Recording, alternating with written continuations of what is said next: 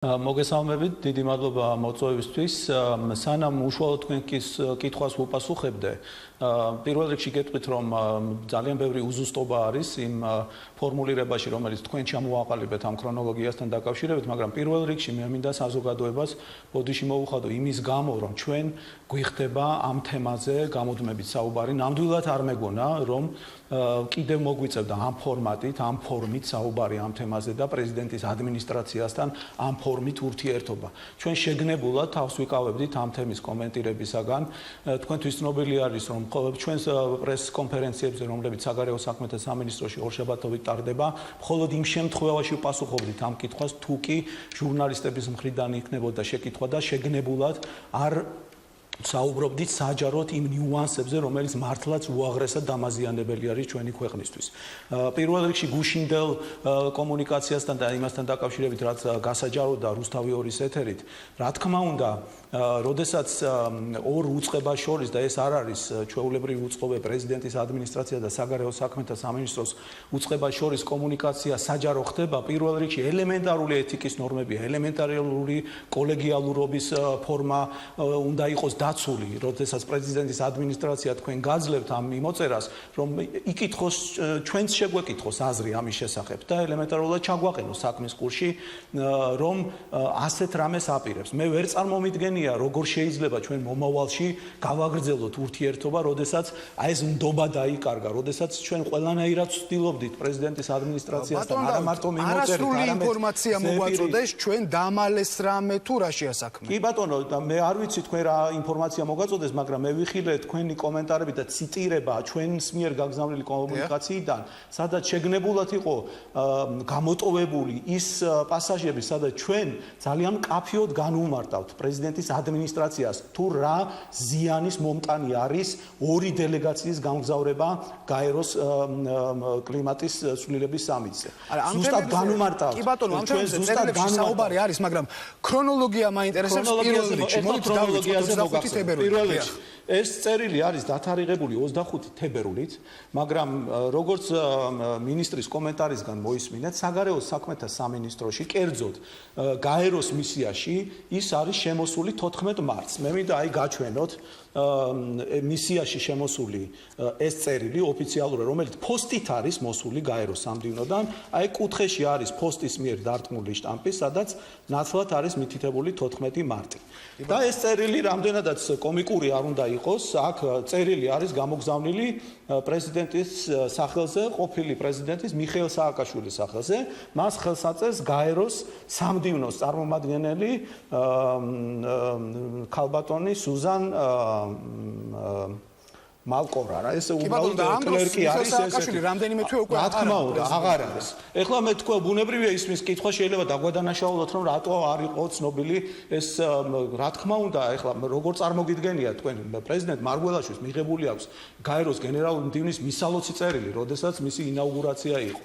როდესაც ჩვენ მოვიწვიეთ ინაუგურაციაზე უცხოელი სტუმრები, რა თქმა უნდა, იქ გაეროს წარმომადგენლებიც იყვნენ და ისინი ესწრებოდნენ და იმის და საგარეოს დადანაშაულება იმაში, რომ ჩვენ არ ვაცნობთ გაეროს, რომ პრეზიდენტი არის გიორგი მარშველა, ეს არის აბსურდი და კატეგორიულად მიუღებელი არგუმენტი. ამის შემდეგ მისიამ მიმართა ისევ წერილით გაეროს სამდივნოს, მოგეხსენებათ, რომ 200 ქვეყანა არის გაეროში წარმოდგენილი. ამიტომ თვითონ ეს მოწვევაც არის მხოლოდ და მხოლოდ ფორმალობა. ტექსტ თუ ნახავთ, ერთი სიტყვაც არ არის შეცვლილი.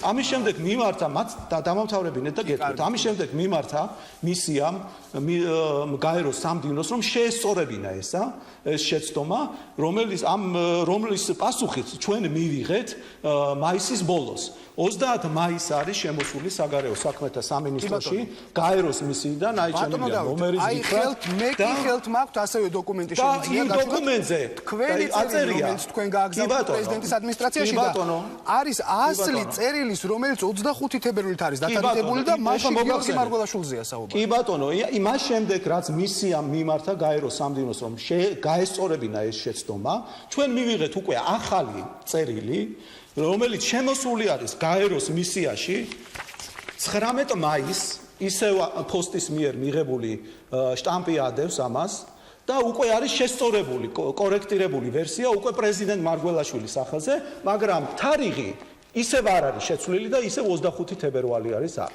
ანუ გაუგებრობები ხდება გაეროში და რა თქმა უნდა ეს არის გაეროს სამდივნოს მიერ დაშვებული შეცდომა, რომელზეც ჩვენ ყისიერად მიუთითეთ და ჩვენ რა თქმა უნდა ამის შესახებ მისიის მეშვეობით მიუთითებთ გაეროს სამდივნო გაასწორა ეს შეცდომა, მაგრამ იმ წერილზე რომელიც არის უშუალოდ კვლავ 25 თებერვლის თარიღი არის, მაგრამ მიღებული არის ჩვენთან უკვე 30 მაისს. ამის შემდეგ ჩვენ გაუგზავნეთ, როგორც იყო კალენდარულ დღეებს თუ გადახედავთ, შაბათი კვირაც ემთხვეოდა და უკვე 5-ში არის ეს წერილი, რომელიც უკვე გაგზავნილი არის შემდგომ დღეებში უკვე პრეზიდენტის ადმინისტრაციისგან. პრეზიდენტის ადმინისტრაცია რატო იმას არ კითხულობთ, რომ 7-ში გაგზავნილი, უпростоრად ივნისის დასაწყისში გაგზავნილ წერილზე პრეზიდენტის ადმინისტრაციისგან მხოლოდ ერთი თვის მერე ვიღებთ ჩვენ პასუხს. რატო ამას არ კითხულობთ, თუ ქრონოლოგიაზე საუბრობთ? რატო ამას არ აქცევთ? საინტერესოა, იმიტომ რომ ამასობაში ჩვენ გქონდა ზეპირი კომუნიკაცია მარგველაშვილის და რა სახის კომუნიკაცია იყო ეს? თენგიზ ფხაკაძე მოდიოდა აქ საგარეო საქმეთა სამინისტროში. მას განუმარტავდით, რომ ამ სამიტზე გაეროს გენერალურ ასამბლეაზე ქვეყანას აქვს უკვე განსხვავება მინდა მიაქციოთ ყურადღება გენერალურ ასამბლეასა და კლიმატის ცვლილების სამიტზე, რომელიც ერთ-ერთი პარალელური ღონისძიება არის. მათ მუდმივად უმარტავდით, რომ არ შეიძლება ქვეყნისთვის დამაზიანებელია, როდესაც ორი მოთხოვნა გაეროს გენდივანთან, პან კი მუნთან, პრეზიდენტის და პრემიერის და შეიძლება რომ მათგან ორივეზე უარყოფითი პასუხი მოვიდეს და რამდენად როდესაც ამდენი გამოწვევა აქვს ქვეყანას და ჩვენ არ გვაქვს იმის ფუფუნება, რომ იმის გამო რომ ვიღაცის ახირება და გაჯიუტება არის, რომ იმის გამო არ შედგეს შეხვედრა საქართველოს უმაღლესი ხელისუფლების წარმომადგენლის პრემიერ-მინისტრთან. აი ეს არის სიმართლე თუ გნებავთ და ეს არის ის ზუსტი ქრონოლოგია. კი ბატონო, გასაგებია. კი ბატონო, იმასაც გეტყვით, როდესაც ხელის გამოშვერა ხდება საგარეო საქმეთა სამინისტროსა და დადანაშაულება, რომ ვიზიტი ჩვენს მიერ არის ჩაშლილი, კატეგორიულად მიუღებელია ჩემთვის და უპასუხისმგებლო განცხადება არის ეს. კი ბატონო, კიდევ ვიმეორებ, ეს არის არაკომპეტენტურობის გამოვლინება პრეზიდენტის ადმინისტრაციაში მომუშავე ადამიანებისა, რომლებიც მუშაობენ მის საგარეო ვიზიტების კიდევ ერთი კითხვა, ბატონო. დამამთავრებინეთ თუ შეიძლება. არ შეიძლება ვიზიტის დაგეგმა საგარეო საქმეთა სამინისტროს გვერდით ავლით. როდესაც მიდიხარ ამერიკის შეერთებულ შტატებში და ხელში გაქვს მხოლოდ ერთი შეხვედრა და ბოლოს უკვე იწყებს ზრუნვას, რითი დატვირთო შენ დანარჩენი შეხვედრები, მიხვალ იმ შედეგებამდე, რა შედეგით ჩვენ მივიღეთ.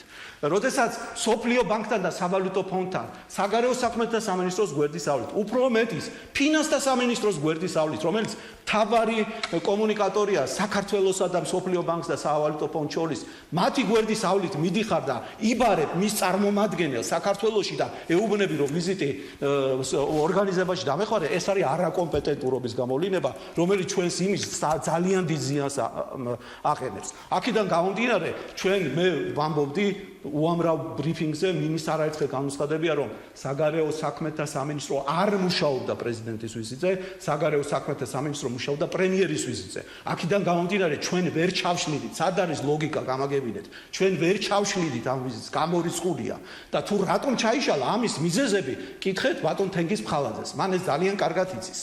გითხარით პირდაპირ ეთერში რატომ ჩაიშალა თქვენ რა ინფორმაცია გაქვთ? ჩვენ ვავრცელებთ იმ ინფორმაციას, რომელსაც გვაწვის ერთ-ერთი მხარე ამ შემთხვევაში. ეხლა ვიზიტის შედგება მხოლოდ და მხოლოდ იმ შემთხვევაში, როდესაც არის ორივე მხარის თანხმობა. ერთი არის სურვილი შენი რომ გაემგზავრო და მეორე არის სურვილი მიმღები მხარის რომ მიგიღოს. მეც აღარაფერს აღარ ვიტყვი, იმიტომ რომ არ დავაზიანო კიდევ ჩვენი ქვეყნის ინტერესები, დანარჩენი კითხეთ პრეზიდენტის ადმინისტრაციის მრჩეველს საგარეო ურთიერთობის საკითხებში. დიდი მადლობა. კარგი, კიდევ რამდენიმე დეტალის გარკვევა მინდა თქვენთან ბატონო და თუ შეიძლება, როდესაც გიორგი მარგველაშვილმა დაგიდასტურათ, რომ ის მზად არის გაემგზავროს სამიტზე, თუ გადაიგზავნა ეს მისი პასუხი გაეროში? ჩვენ უთხარით მას, რომ მთავრობას მეორე დღესვე აქვს მათ მიღებული ჩვენგან 7-ში გამოგვიგზავნა 8 ივლისვე უპასუხეთ, რომ მთავრობას მიღებული აქვს გადაწყვეტილება, რომ პრემიერ-მინისტრი გაემგზავროს ამ სამიტზე და რომ ეს კომუნიკაცია, რომ პრემიერ-მინისტრი მიემგზავრება, უკვე გაგზავნილი არის გაეროში. აქედან გამომდინარე არასერიოზული იქნებოდა ჩვენი მხრიდან, რომ კიდევ ხელმეორედ გაგვეგზავნა წერილი. 14 ივლისის მთავრობის კი ბატონო, 14 ივლისის მთავრობის გადაწყვეტილება და მანამდე მე მქონდა ზეპირი კომუნიკაცია ფხალაძესთან და მან ძალიან კარგად იცოდა ამის შესახებ. ძალიან კარგად იცოდა და როდესაც აქ საგარეო საქმეთა სამინისტროში მოდიოდა და გვეთანხმებოდა რა ვქნა, მე თქვენ გეთანხმებით, მაგრამ ეს მას ეთყობა ვერ მიქონდა პრეზიდენტთან ეს სრულყოფილად ინფორმაცია, ან მიქონდა შელამაზებული ინფორმაცია, აი ყველაფერმა ამან მიგვიყვანა აი ამ სავალალო შედეგებამდე. მე კიდევ ერთხელ ბოდიში მინდა ამ ჩვენ საზოგადოებას, რომელიც ისედაც უამრავი საზრუნავი აქვს, რომ აი ამ ნიუანსების განმარტებაზე გვიხდება საუბარი, რომელიც მართლაც უაღრესად დამაზიანებელია ჩვენი ქვეყნის ინტერესებისთვის. იფიქრონ იმ ადამიანებმა, რომელიც მხოლოდ საკუთარ ადგილის მოპოვებაზე ფიქრობენ, რომ რა ზიანს მოუტანენ ისინი ჩვენი ქვეყნის სახელმწიფოს ინტერესებს და რა ზიანს მოუტანენ ქვეყანას. იფიქრონ სახელმწიფოზე და არა საკუთარ თავზე და საკუთარ ადგილს. ბატონ დავით, და აი ამ ემოციური ინტერვიუს ბოლოს მე მაინც მინდა გკითხოთ, კონსტიტუციით პრეზიდენტი არის მაინც უმაღლესი წარმომადგენელი საგარეო საქმეებში, როგორ წარმოგიდგენიათ საგარეო სამინისტროს და პრეზიდენტის ურთიერთობა ამის მერე და საერთოდ თუ არსებობს ეს ურთიერთობა? ძალიან რთულია ეს კომუნიკაცია. მოგეხსენებათ, რომ ჩვენ მხოლოდ და მხოლოდ და ეს მინისტრმაც განმარტა, სამწუხაროდ კომუნიკაცია ჰქონდა ეგრეთ წოდებული შუამავლების მეშვეობით, ამ შემთხვევაში ეს იყო თენგიზ ფხალაძე. აი ეს არის რეალობა და ეს არის სინამდვილე. როდესაც პრეზიდენტი არ ელაპარაკება საგარეო საქმეთა მინისტრს, ეს ყოვლა დაუშვებელი და წარმოუდგენელი არის. იყო ქილიკი, რომ რაზე უნდა ისაუბრონ უელსის სამიტის დროს, როგორ ნებისმიერი ფორმატი, როდესაც ქვეყნისთვის ესეთი მნიშვნელოვანი საჭიროებრივი საკითხები წყდება, არ შეიძლება იყოს გამოყენებული უბრალოდ ელემენტარული ორი სიტყვით და ელაპარაკო შენი ქვეყნის, არა მარტო საგარეო, სამი მინისტრი იყო იქ. არ შეიძლებოდა ამ თემაზე საუბარი და ამის საშუალება და დრო იყო. ძალიან ბევრი დრო იყო ამის. აი ეს არის რეალობა და ეს არის სიტყვა. გასაგებია.